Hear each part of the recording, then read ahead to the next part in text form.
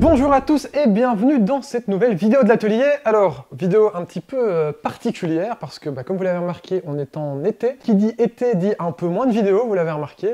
Comme chaque année, c'est un peu le moment où on prend notre pause vidéo, mais ça nous permet surtout de vous tourner les vidéos prochaines qui sortiront à la rentrée pour la 4e saison de l'atelier, je crois, quelque chose comme ça. Donc du coup, pendant l'été, on vous met des vidéos un peu plus détentes, un peu plus tranquilles. Par exemple, le vlog sur notre voyage en Allemagne.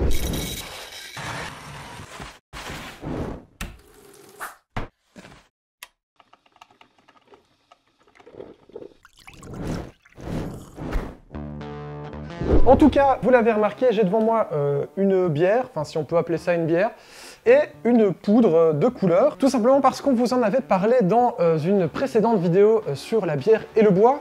N'hésitez pas à aller la voir d'ailleurs parce que, étrangement, alors est-ce que ça vous a pas intéressé? Est-ce que c'est YouTube qui l'a pas mis fort en avant, mais il a pas hyper bien marché? Pourtant, je me disais que de la bière, du bois, un peu deux grosses passions pour nous, et je pense pour vous aussi, hein, c'est plutôt des passions de base, ça pouvait vous intéresser, donc n'hésitez pas à aller voir un petit peu tout ce qu'on peut faire avec du bois pour transformer de la bière, et même inversement. Et bien justement, on vous parlait de comment utiliser de la bière sur du bois pour en faire de la lasure naturelle, et teinter vos bois avec de la bière. Je me suis dit que c'était l'occasion de tester un peu le procédé, donc là on va se lancer vraiment un peu comme d'habitude dans l'atelier.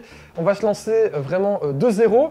Donc j'ai acheté de la bière, enfin de la Carlsberg, parce que je me dis que c'est le genre de bière, tout ce qu'elles peuvent faire c'est lasurer des trucs, parce que franchement on a tellement de bonnes bières. Pourquoi boire ça? Bon. J'ai aussi du pigment naturel, alors c'est des pigments que j'avais déjà acheté pour d'autres projets précédents, donc je ne saurais plus vous dire exactement quel est le produit, enfin qu'est-ce qui a fait ce pigment, mais c'est du pigment 100% naturel en poudre, et on a deux petites planches, une de pin et une de chêne, qu'on va donc tenter de teinter, avec de la bière et du pigment en poudre, puis on va voir un petit peu les résultats, voir si ça teinte vraiment, est-ce que ça sèche correctement, est-ce que ça marche pas. Alors on va décapsuler la bière avec notre magnifique décapsuleur Rubio Monocote. Alors attention, en parlant de Rubio, ça ne remplace pas du Rubio.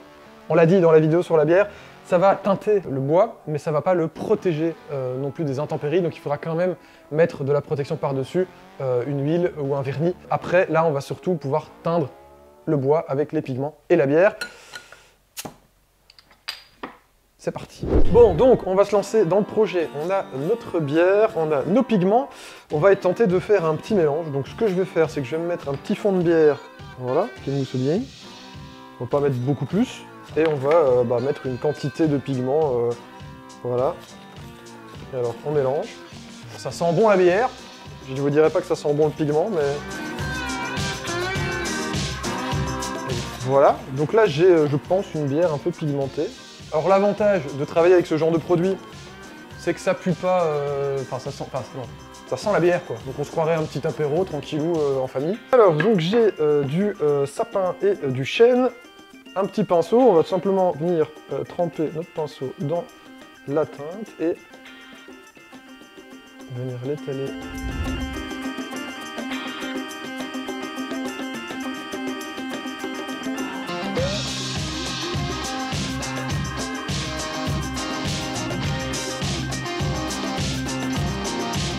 Donc là, on vient de faire notre teinture à la bière, ça sent relativement bon, encore une fois. Par contre, ce que je me dis, c'est, ok, mélanger du pigment avec un liquide comme de la bière, bah oui, évidemment, ça marche, hein, j'ai du pigment qui est devenu un peu liquide et je peux l'étaler. Est-ce que du coup, on peut pas faire pareil avec juste de l'eau? Donc là, je viens de me remplir un petit pot avec de l'eau du robinet, tout simplement. On va reprendre du pigment, parce que comme vous pouvez le voir, on en a une certaine quantité, on peut faire des tests. Je vais remettre à peu près la même chose, à mon avis. Hop.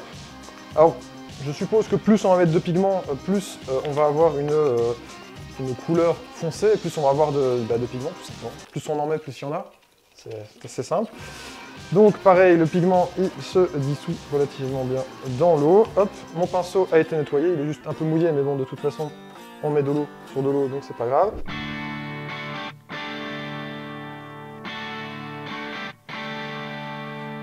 Bon, on voit déjà que, eh bien, il y a beaucoup moins prendre beaucoup moins la teinte. Alors est-ce que c'est parce que j'ai pas mis assez de pigment? On va essayer de remettre un petit peu de pigment en plus dedans. Mais on voit déjà qu'on a quelque chose de beaucoup plus liquide que la bière.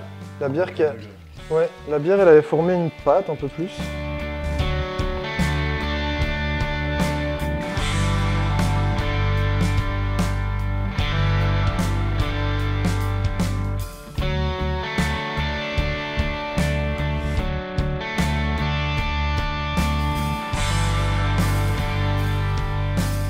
Donc, on a d'abord fait à la bière, on a ensuite fait avec de l'eau tout simplement, et depuis le début j'ai ma petite tasse de café, il reste un fond de café, je me dis autant tester de teindre le dernier morceau avec le café comme ça, donc c'est un café qui n'est pas trop serré, je pense, ça va encore. On va tremper le pinceau directement dedans.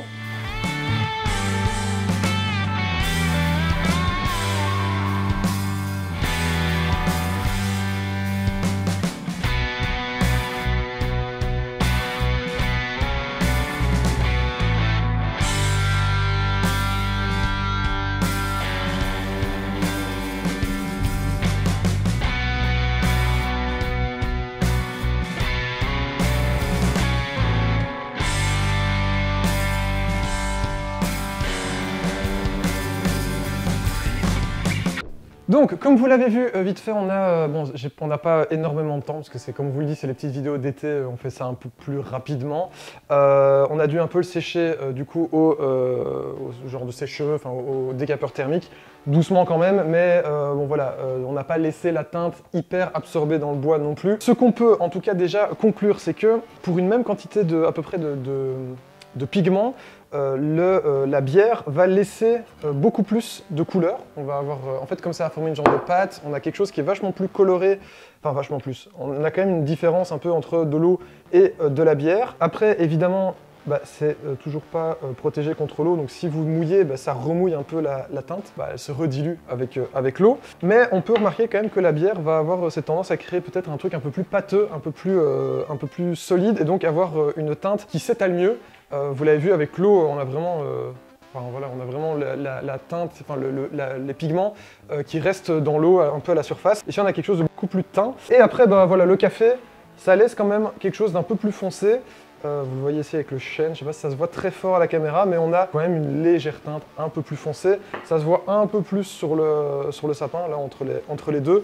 On a une légère teinte foncée. En tout cas, voilà, la petite expérience, elle confirme. En même temps, on savait déjà que c'est quelque chose qui se faisait et qui peut marcher. On peut utiliser de la bière pour faire de la teinte et une genre de lasure. Bière et pigment, franchement, il n'en faut pas beaucoup pour quand même faire une belle grande surface, parce que là, on a à peine entamé la bière et bon, on a à peine entamé le pot de pigment et il en reste toujours dedans, donc là je crois que j'ai encore de quoi faire le reste de la planche. Donc voilà, je pense que l'expérience est plutôt concluante et de fait ça marche, ça semble mieux marcher qu'avec de l'eau. Voilà, c'est déjà la fin de cette assez courte vidéo de l'été, c'est simplement comme ça on reste un peu dans l'algorithme de YouTube et puis après comme ça vous n'oubliez pas qu'on existe et qu'on est là. Non, c'était pour tenter l'expérience. N'hésitez pas à nous dire dans les commentaires si vous avez déjà tenté l'expérience de la lasure à la bière ou si vous avez tenté des lasures avec d'autres produits. N'hésitez pas à tester la chose chez vous aussi. Voilà, en tout cas, j'espère qu'elle vous aura quand même plu et que comme ça, vous avez un peu pu voir ce qui était possible de faire vraiment avec la bière et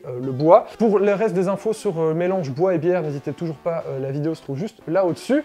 N'oubliez pas de vous abonner évidemment à la chaîne YouTube, de mettre un pouce si la vidéo vous a plu, de lâcher un petit commentaire et de nous suivre évidemment sur les réseaux sociaux, Facebook, Insta, Twitter, tout est dans la description. Et puis moi je vais à mon avis quand même terminer cette bière à mon aise parce que bon, c'est pas hyper bon, mais on va quand même pas jeter. Et puis je vous dis tchuss les ateliers et santé et bon été.